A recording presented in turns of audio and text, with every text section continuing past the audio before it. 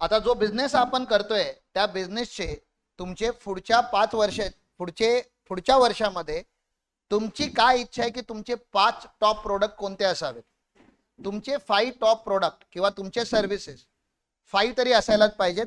5 नसतील तर मग तुम्ही विचार करा, जर एकच प्रोडक्ट असेल तर प्रोडक्ट कोणते वाढवू शकता, आणि जर 500 प्रोडक्ट असतील तर कॅटेगरीज लिहा प्रोडक्टच्या, कारण की सगळे प्रोडक्ट लिहू शकत नाही. मग कॅटेगरीज लिहा. तुम्हाला कॅटेगरी माहिती असायला पाहिजे. टॉप परफॉर्मिंग प्रोडक्ट कोणता आहे? जसा आमचा टॉप परफॉर्मिंग प्रोडक्ट जो आहे तो इन्कम टॅक्स आहे, म्हणजे टॅक्सेशन टीम आहे, income tax GST, that is what we do largely. त्याच्यानंतर आमचा आरओसीचा एक डिपार्टमेंट आहे, कंप्लायन्स डिपार्टमेंट आहे, जो आम्ही बोलतो लिगल डिपार्टमेंट, जिथे कंपनी रजिस्ट्रेशन वगैरे केल्या जातात.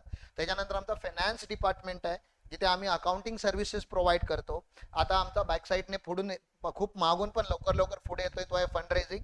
आम्ही लोकांना फंड रेज करण्यासाठी हेल्प करतो. मग त्यामुळे लोन्स अँड सबसिडीचा जो प्रोडक्ट आहे तो आहे.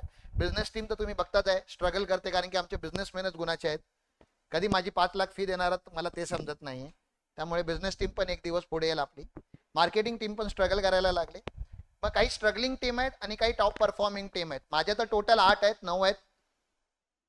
तुमचे टॉप 5 तरी तुम्हाला माहिती असायला पाहिजे. जर 5 पेक्षा जास्त असतील तर मग तसं तुम्ही टॉप 5 लिहायचं. सिक्वेन्सिंग तशी द्यायची की टॉप 1, टॉप 2, टॉप 3, टॉप 4, आणि मग पुढे पुढे लिहायचं. लवकर लवकर प्लीज करा.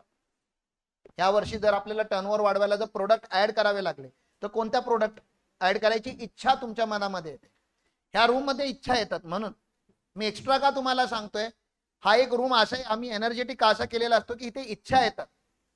त्यामुळे जर एक्झिस्टिंग प्रोडक्ट पासून मला एवढंच, जर मी गेल्या वर्षीपासून माझं एवढंच होत होतं, गेल्या वर्षी माझे एवढेच रिझल्ट होते कारण की मी एवढंच काम करत होतो, मग आपल्याला 4 गोष्टी चेंज करा. बिझनेस 2.0 मध्ये तुम्हाला शिकवलेल्या आहेत. एक तर तुम्हाला प्रोडक्ट चेंज करावे लागणार, नाहीतर तुम्हाला एक तर तुमचा जी लोक आहेत पीपल ते चेंज करावे लागणार, किंवा तुम्हाला जागा चेंज करावी लागणार, किंवा तुम्हाला प्राइसिंग चेंज करावी लागणार. मग प्राइसिंग चेंज करणं म्हणजे जर रिटेलला असेल तर होलसेलला यावं लागेल ना.